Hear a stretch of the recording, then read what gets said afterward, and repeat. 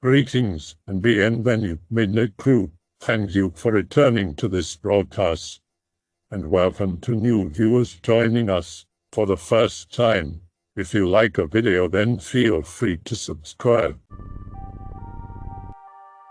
Does anyone else get depressing or dark vibes from big cities? The worst I've experienced were New York City and especially Boston. Is it possible that cities have their own negative energy, more so than other places? Oh sure, Chicago had a terrible vibe. Even people I talked to while I was there who had lived there forever kind of were wondering why they hadn't left. It's very dark and dirty and grim. I imagine Detroit feels similar. San Francisco has a few dark spots, but by contrast, it's a city of light really. Oakland is beautiful, really, but depressing. In general, the older I get, the more I appreciate the countryside. Cities get harder to take due to the concentration of humanity. Sorry to say I didn't much like London either, but Dublin had a better feel, as did Edinburgh. That's a delightful place actually. Chicago is the worst I've experienced. I do not think it's all as simple as clinical social anxiety. I think some of us are just more naturally inclined or predisposed to a simpler, slower, quieter lifestyle than others. Sure, this may be more prevalent or stronger in older people, but I don't think it is reasonable, accurate, or fair to just blanket code it all as social anxiety. Both metropolitan city life and rural country life have advantages and disadvantages based upon your own personal preferences, needs, habits, interests, hobbies, occupations, likes, and dislikes. It is no secret that our industrial, technologically advancing society places ever-increasing levels of stress on people. For some, it is either too much to begin with, or it grows to beyond our ability to tolerate it. So we want to run from the city for some quiet, safe place where things don't move so fast, and there aren't so many people around us doing a million different things, talking and yelping, bleeping, twitting, and twatting everywhere about everything. Absolutely. Whenever I go to New York City, I feel really inferior and small and miserable. It never makes me happy to go to a big city. I think about all the people and how they live in tiny little worlds up in high-rise buildings. Their memories are so precious to them, but to everyone else their inner worlds mean zero, and there are thousands more just like them. I think cities take longer to progress too.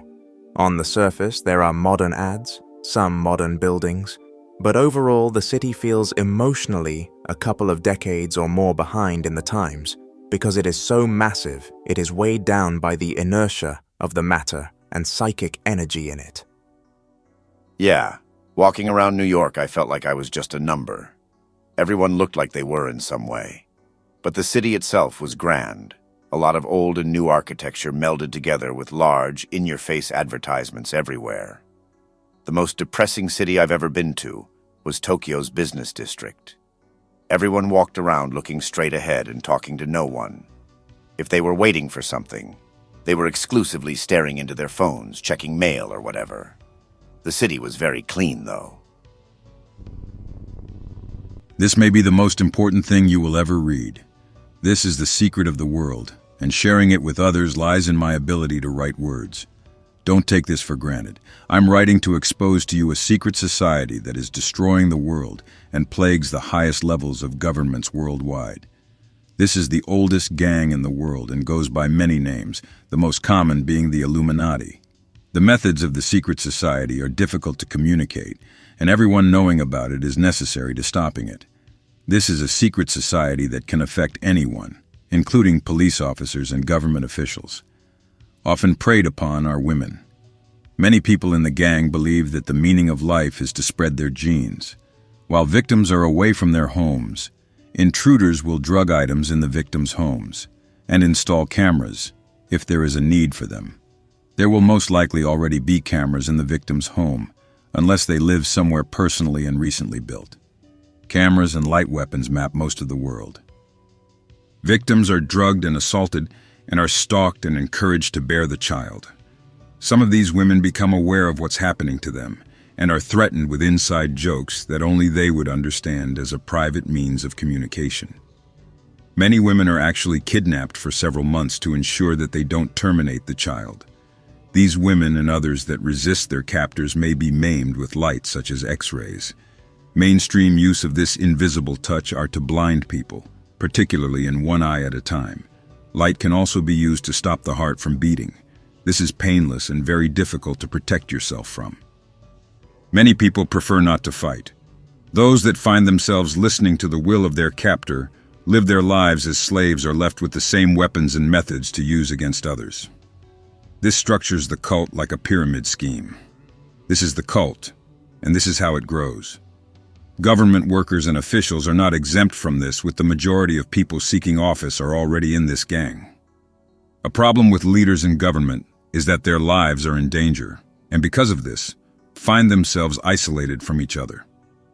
There are members of our government that have good intentions, but are constantly watched and controlled. This cult is growing at an exponential rate and is your future unless something happens before then. The first thing that needs to happen is your education. So understand all of this and ask questions if you need to. The second thing that needs to happen is for everyone else to understand this as well.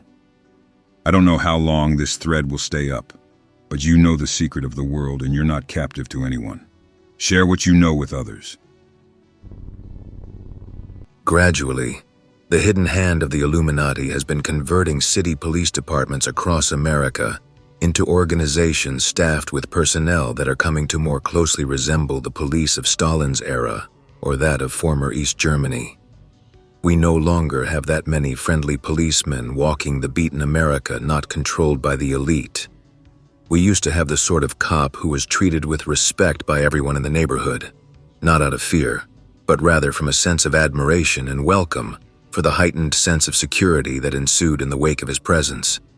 In my youth, I can remember how I would often stop to kibitz or joke with that sort of cop who walked my blue-collar, big city neighborhood, always twirling a brown baton, before it was changed to the satanically inspired color of black.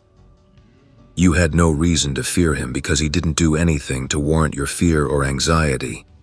He behaved and acted appropriately for the security environment at hand. If you were law-abiding, he was friendly, polite, and always helpful. If you were a teenage wise guy and tried to push your luck, you might get a mild, low-key verbal rebuke from Officer Friendly, but that would be the end of it. And if you were a criminal and were caught in the act of committing a crime, you were collared by hand, usually by a single cop, and taken away in a squad car to be booked downtown. In those days, American police almost never shot people, even those criminals caught with a gun in their hand. They told the person holding the gun to drop it and put their hands in the air. If he didn't cooperate, they would continue to talk to him and say something like, "It's all over," or "There's no use, you're caught, give it up," or "You can't get away, just drop the gun and no one will get hurt," etc. Most perpetrators would surrender right away, but for those few exceptions who wouldn't, the cops would continue to talk to him and wear him down psychologically, and he eventually gave up.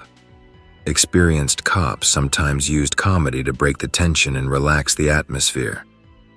It might take 15 minutes or an hour or 3 hours, but it worked. There was a sense of humanity present, and the cops of that era would generally behave in a way to lower tension and neutralize aggressiveness. The criminal was taken into custody without harm.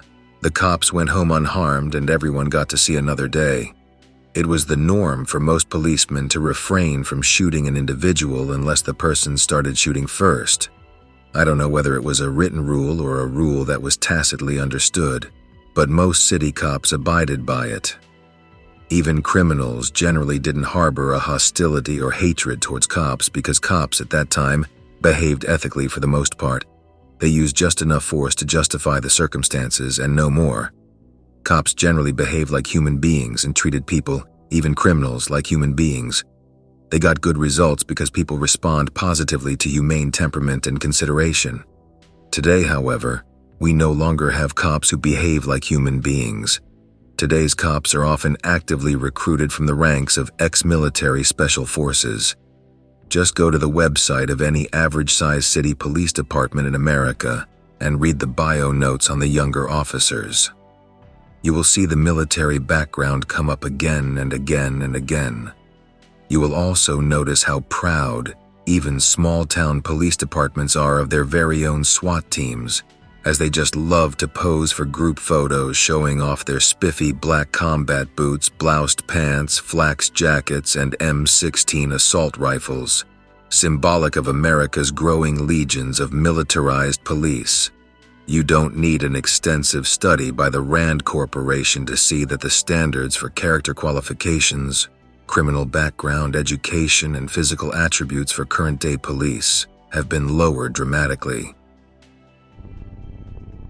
When I was a child, maybe 6 or 7, my dad and I had moved from the bustling big city of Atlanta to the quiet desolation of Arizona. To this day, I'm still unsure of the reason behind the move, but I think it was to put as much space between my dead mother and us as possible. Life hadn't been very kind, but we had each other. The house had been set smack in the middle of 10 or so acres of nothing. Flat, arid, dusty nothing. I wouldn't describe the house as dilapidated, but it wasn't something that royalty would take a shining to. The floor was wood, covered with tile, covered with carpet, and the walls were plaster, and a space of even more nothing, something this area seemed to specialize in. It wasn't a bad house, but it wasn't the best. Despite that fact, I sit in my new apartment sometimes, missing all of that nothing. The first couple of days in the house were pretty tough on me. The change was vast and rapid, and my mind would constantly seek out the sounds of a busy metropolis, only to recover faint whispers in the wind and what seemed like muffled footsteps dragging along the hallway when my father was supposed to be sleeping. It was likely all my imagination, but I had immense trouble falling asleep. I would sit in my room, walls still bare and void of personalization, boxes stacked all around me, and I would jump and feel my heart go into overdrive at every strange and unfamiliar noise. That house settled quite a bit. After a while, even the adrenaline of a strange night in a strange place could do little to fight against the exhaustion that overtook me, and I would find myself dreaming of endless dark fields, the sky a pitch black that seemed to absorb every sound wave that should have been naturally generated. There was emptiness all around me, yet through some kind of spatial sense I knew there was something behind me, stalking closer and closer, and lacking the courage to turn around. I would set off into the distance, on the brink of mild hysteria, tears welling in my eyes, and blood pulsing through my veins. No matter how fast I ran, how much I silently begged and pleaded, it always caught up to me. I would feel countless hands grabbing my limbs, pulling me backwards and pinning me to the ground. My breath would leave my lungs and I could feel a part of me being drained, some part of me that I never knew existed. Fingers would violently caress my face, oily and bitter tongues would invade my mouth, and I would lose senses one by one before I would awake with a start, my screams echoing in the empty house. In my little mind, I could swear that through the darkness, the closet door had inched itself closed. My father's logical process was that of mine now. New place, new fears. A warm glass of milk later and we went back to sleep. No nightmares visited me that night. The next night, however, and the 3 after that, are a different story. My father was one of those new agey guys. He would rub quartz on me if I felt a cold coming on. I caught him late at night reading tarots to neighbors, analyzing the constellations through a telescope and planting herbs according to their positions. Since I was a Cancer, he would pick up little silver trinkets for me here and there, claiming that it would be good luck for me. So when I complained of my chronic nightmares, always the same one I might add, his solution was to consult some kind of runic tablature for spiritual relief, as he called it. On a night much like the first we spent in the house, he tore up a neat square of the carpet in front of the closet door, the place that I vehemently accused of my sleepless torment, and drew some runic doodles with yellow chalk on the ivory white tile that lay beneath. Looking back, it was most likely a ridiculous attempt to keep a paranoid child's mind at bay, but my father had no qualms about playing along. The man sure did love that weird little me. Whether I felt better because my fears were addressed and given resolution, or that it was a true placebo effect at work on a mind that could still believe such wonders. The nightmares had ceased. We both went on with our lives, and eventually, even I had forgotten that they existed. When I was 17, on my last day of high school, I stepped off of my bus and made my way down the dirt road to my home. A pep in my step as some girl had given me her number as a way to keep in touch. Climbing up those steps, reaching for the door, I smelled a strange odor, like rot. Maybe rot isn't the right word, because it smelled like no physical rot ever could. It smelled a bit like ozone, with illness mixed in, like the smell that accompanies a sterile hospital floor. Walking into the house, I found my father slumped in his favorite lazy boy. He would have looked asleep had his skin not looked nearly translucent. Cardiac arrest is what the coroner announced a couple of hours later. Looking through the window of my bedroom at all the red and blue flashing lights of the response team, I felt like I had been robbed of the one thing that I had left. I always wondered why he was robbed and not lost, but that was the word that sprang to my mind. There were questions about relatives, which I had none, and where I was to stay. As it turned out, my father had amassed a bit of debt, and I was forced to sell the house. Luckily, not all the money was needed, and I ended up having enough for a down payment on an apartment in Tucson. I'm not mad at my father for that. He always tried the best he could, and I loved him dearly. These things sometimes happen. Packing up my belongings, I noticed the square patch of carpet in front of the closet. Its color was a bit deeper than the surrounding carpet, almost like it had been cleaned recently. I pried it loose with a knife and felt a lump in my throat as I looked down upon one of the last remaining memories of my youth. A bit of it had been erased away, but it remained somewhat intact. I suddenly felt the complete perversion that life had thrust upon me by taking my father away. I sat and cried for a long time before I brushed my hand against the tile, completely erasing the symbol from existence. For some reason, I felt like it was mine, that the house couldn't have it, that it belonged to me and my memories, and it was supposed to be that way. After some more tearful packing, I was out of the house that night. My new apartment didn't have strange noises or muffled footsteps on the carpet. It didn't have plain nothingness or carpet on top of tile on top of wood. It didn't have shitty plaster walls. It didn't have nightmares. But it also didn't have my father. I spent the next few months keeping to myself, staying up late to watch whatever was on the television with bottles in my hand.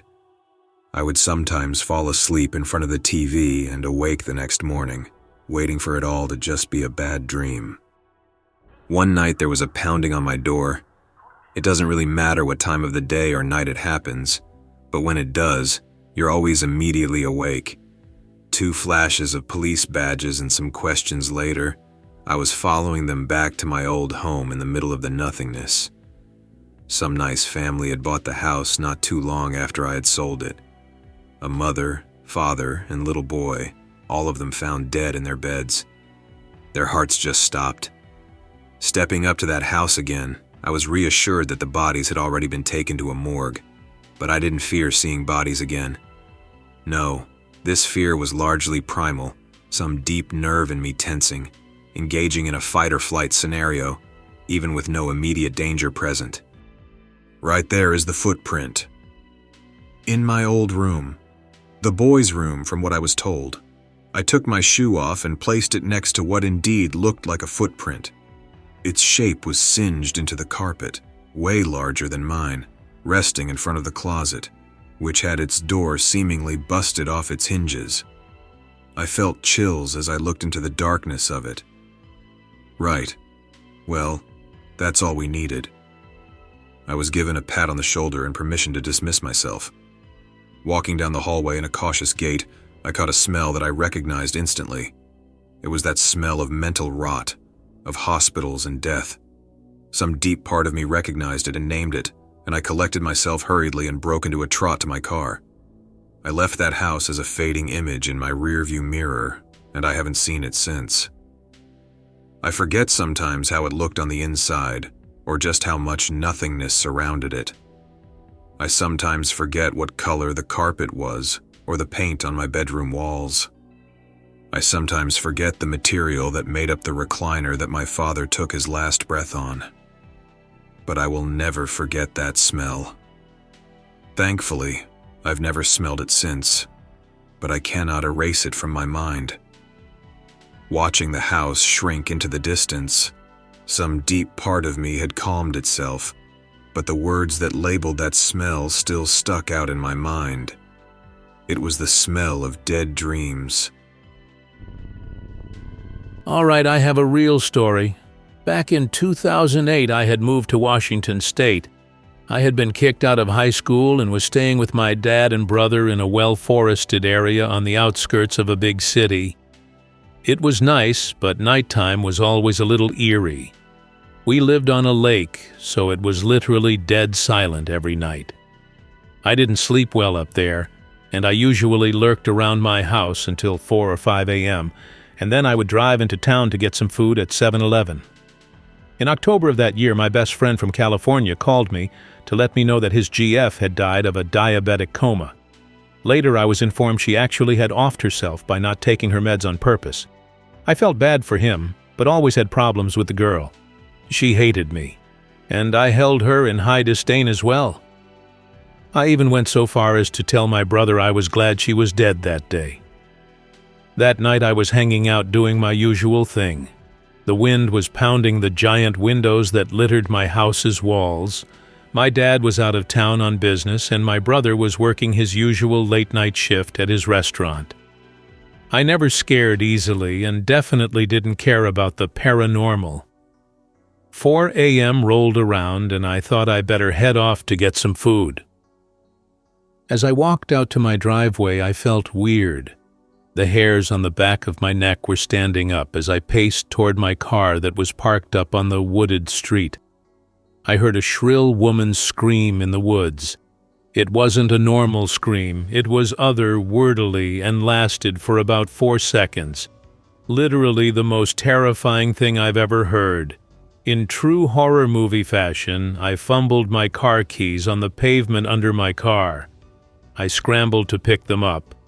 The noise replaying in my head, I jumped in my car and flew down the road to 7-Eleven. I was friends with the wise old shopkeeper there, who always liked to hear what I was up to. I told him what had just happened, and he let me know that you sometimes can be so stressed that you can have audible hallucinations. I would have agreed with him, but I had nothing to be stressed about. And what were the odds I would hear such a scream the night that said girl died? I waited there for 30 minutes. He used to buy me cigars, and we would smoke them on the 7-Eleven steps and watch the weirdos walk down the street from the bars. I returned home. My brother was in his room painting Warhammer. I don't know, I didn't want to bother him. I laid down with my cornucopia of shit food. I had a massive bed, and in front of it was a little nightstand about a foot away from the edge of the bed that my TV rested on. I was laying on my side and had an Adult Swim on as usual, looking at my phone. I wasn't tired or on drugs, etc., etc. I was fine just doing what I usually do. Most of the time I fell asleep around 10:30 a.m. I had turned the lights off, and the room was only illuminated from my shit rear projection TV. As I rolled over, standing in the 2-foot space between the bed and the TV was a silhouetted human ESC figure. It was pitch black, spidery limbs positioned to its sides. I was already tripped out from the scream earlier, but this was the pinnacle of my paranormal crescendo that night. I literally was paralyzed. I stood for a solid 3 seconds staring at the thing.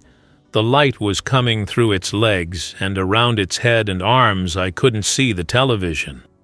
I quickly jumped out of bed and flipped the light switch on, only to have it vanish. I was so terrified, I ran into my brother's room and slept on the floor next to his bed.